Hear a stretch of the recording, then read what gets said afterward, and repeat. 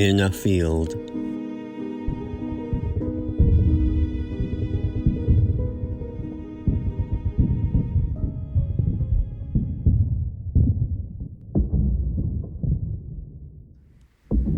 A half-dozen vultures sat their bulk upon the skeletal remnants of a lightning-struck tree, alone in the clearing, bare several seasons now and shorn of all finery, the essential limbs like fingers grasping at the sky, and worn pale by a sun which had not been seen in several days, polished smooth by a wind which screamed eternal through the trembling and naked woods. With each passing minute, the detail bled from the birds, until they were their shadow. Wicked sickle curve of wings shrugged like shoulders beneath a hag's cloak, their form ominous against the coppery atmosphere. The soldier had been awake several minutes, listening to his own breathing. When he stood, snow fell from him in chunks and powder, low rumble of distant artillery. He slung his rifle and set out. The birds watched him always, and as he passed under the tree, one spread its wings, plenty wide to wrap around him whole. The feathers rustled in all that silence, and the soldier shuddered, as though they'd caressed the skin of his back. The chill settled into his muscles. He clenched his spine and held his shoulders back tight, and his whole body shook. His back ached and his legs throbbed and his fingers burned.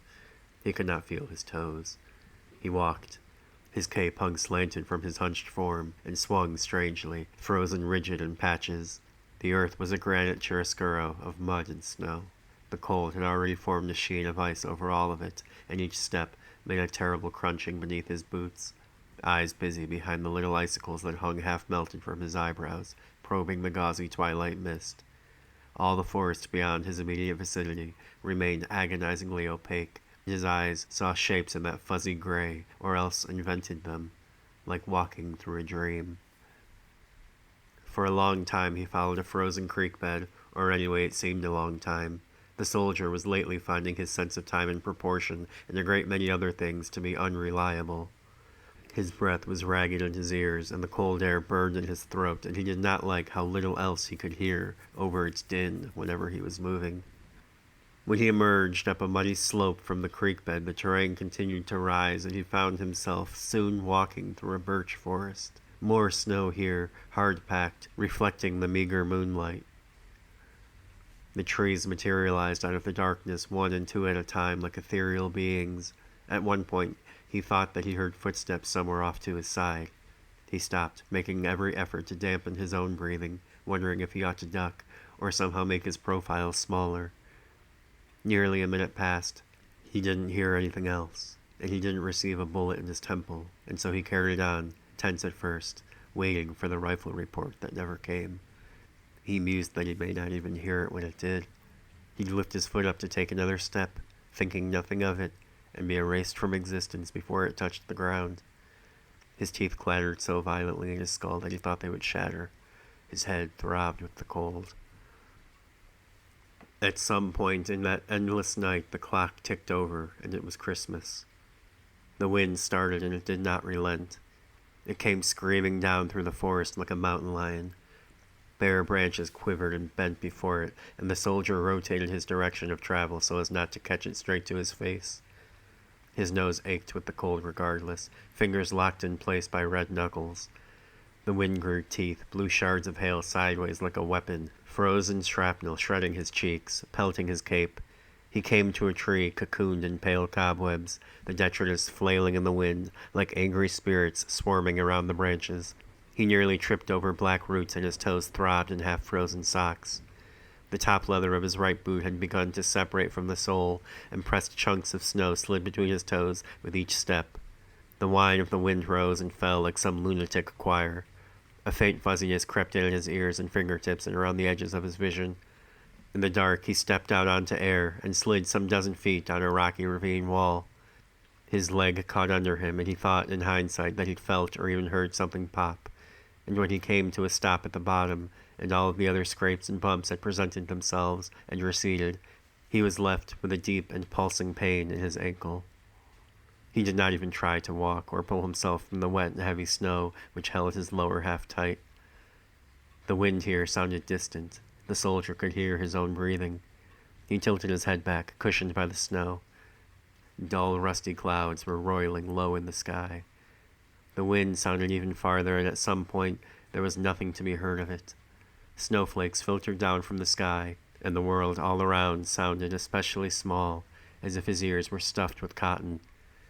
His eyelids closed, and he let them, and made no urgent effort to reopen them, and possibly several hours had passed when he finally did. The forest was steeped with a meager blue-gray light that made everything appear ghostly and half-formed. Pre-dawn. The soldier rose from the fog of lingering dreams with one manic heartbeat. His eyes had found a buck, no more than 20 yards ahead. The animal was studying him. Neither he nor the man moved for a long time. When finally the buck broke their eye contact, it was to find some grass to eat amongst the rocks and snow. He chewed, took one last look at the man wedged waist-deep in the snow, and then turned his back and walked away. Several minutes later, the man picked himself up and continued on. The snow had stopped, and it was several minutes before he noticed that his ankle, while a bit sore, was not particularly bothering him. As he walked, the soldier saw a light somewhere in his periphery, or he thought he did. As he turned to sight it directly, it disappeared, for a moment, only to once again appear as a blip in the corner of his eye as he moved on. Nothing more than a little dot, a terrestrial star. It played this game for several minutes, appearing and reappearing through the trees, somewhere out in all that darkness. The soldier's eyes adjusted, and when he emerged on the edge of an open field, he found the daylight had grown just enough that he could almost see reliably across to the other side, the far tree line perhaps a quarter-mile distant. The place was flat and featureless, save for the broken stalks that rose shivering from the mud. As he walked, the daylight grew, and then the small light appeared again, off to his right, at the approximate center of the wide clearing, a lone candle flame amongst low, hunched figures. The soldier stopped, didn't dare even drop to his stomach, for fear of making any movement at all in the overbearing stillness. None of the figures moved. They crouched 100 yards from where he stood. The sky grew lighter with each passing minute, and eventually the soldier took a few hesitant steps towards the grouping.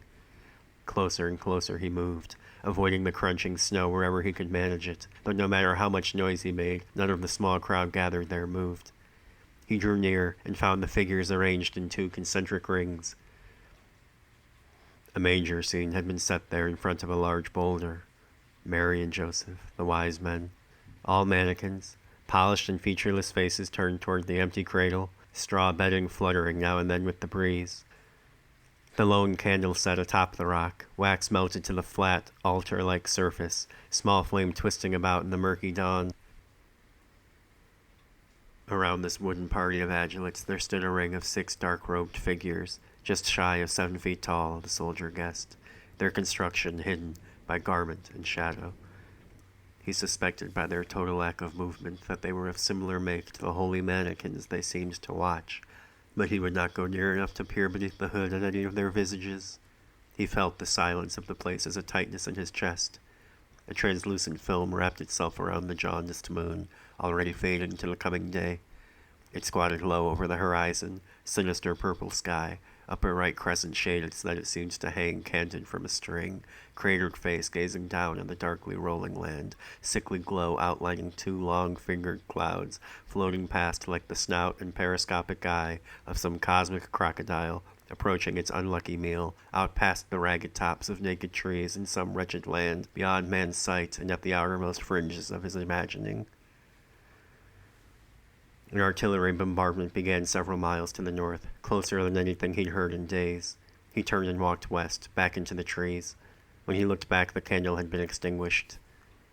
There was something reckless within him that day, and he walked well into daylight. Soon the sun had risen entirely, and he did not slow his pace. The perverse thrill animated his legs, and when the clouds broke and the sun shone down on him, he felt as if he could walk clear across Europe.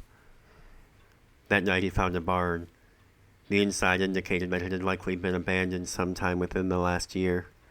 Lighting a match, he checked the shadows in the corners and found no other occupants, save for the spiders. He tossed an armful of hay into a nook in the architecture and settled in, pulled his collar up around his tender ears, tucked his nose down into the wool. Soon he was asleep. He woke sometime in the night with an acute but directionless sense that something out there had awakened him. Silence, only a dull ringing in his ears. The barn door opened.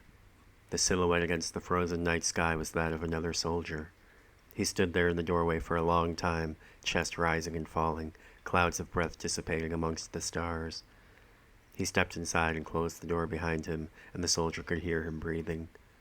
He silenced his own. The intruder lit a match, and the soldier saw that he was the enemy. An officer. He gave the place a cursory once-over, and did not see the soldier, and then he sat down in a corner amongst some bales of hay, and shook his match, and the barn was plunged back into near total darkness. Some rustling. A moment later, another match was struck against the dark, and the stranger bent forward to light his pipe. He looked to be 50, which meant he was likely 40, or perhaps even 35. His eyes shone with a far-off gentleness at his being settled for the evening, and he pulled some loose hay over his lap. The soldier held his rifle between his legs, butt tucked loosely against his stomach and hand floating beside the trigger. Barely touching the stock, he guided the barrel sights down, till gravity brought them to rest over the man's glowing and thinly creased face. He shook out the match, and the soldier held the gun's sights over the darker patch of dark for what might have been an hour. He listened across the minutes as the officer's breathing grew steadier and then became a low snore. The soldier did not recall ever falling asleep himself, though at some point he must have at least grazed it, and when he came to, the officer was speaking. "You there, boy." The soldier's skin constricted tight. "Are you so scared?" After a long silence, the officer began to laugh, bellowing. He laughed, and it filled the barn. The soldier stretched his index finger across the trigger. He could barely bend a knuckle from the cold. The officer quieted, and the barn seemed quieter then than it ever had been. No, that's all wrong. You simply do not understand. Mother, how many times have I told you? I don't want to go for a walk right now. Can't you see it's going to rain? Any minute now. Any minute. Any minute. He said nothing else, and soon his snoring began again with a slight whimper, and the soldier realized that the man had been talking in his sleep. He had no sensation in the tips of his fingers and his toes, and his ears and his nose, a discomforting sensation in itself. He sat blinking in the darkness, his ass frozen on the solid dirt, trying to keep his molars from clattering against one another. He waited for morning like a blindfolded sea captain, steering his charge through the great abyss, assured by every neuron of logic and reason that if he steers in one direction for long enough, he is bound to run aground somewhere, eventually, that the water must end at some point, cannot simply go on forever. All while the world around his vessel, with each passing minute, would seem to indicate the opposite. Who says? That something has happened before is no guarantee it will happen again, and just because you left land behind you doesn't mean you're promised to find land out ahead. And yet at the far shore of eternity another gray morning did rise, and not long after so did the officer. He looked right at the soldier, whose nook did little to conceal him in the light. The barrel of the gun had not wavered over those many frigid hours, and the officer, his eyes adjusting, soon seemed to understand what he was looking at, and straightened up a bit, shifting foot to foot, and cleared his throat. "You don't have to." The two men stared at each other for a long time, and nothing else in the world around them moved. Not a squirrel, not even the wind outside the barn. "It can be like neither of us was ever here." The soldier did not understand a single word that the officer spoke, but, and perhaps because of this, because he was only hearing raw syllables and voice, he detected the current of fear quivering just beneath the man's breast. He made no indication to the man, and he held the rifle steady, but when the man ventured a step toward the door, he did not shoot. Nor did he shoot on the man's second and third steps in that direction. The officer never hurried, never let his gaze leave the soldiers, as though he'd made a tenuous pact with a disgruntled jungle cat whose den he'd wandered into. The daylight poured in, scorching white on the retinas, and the officer closed the door behind him, and a moment later, the the soldier heard his footsteps trailing away to the east.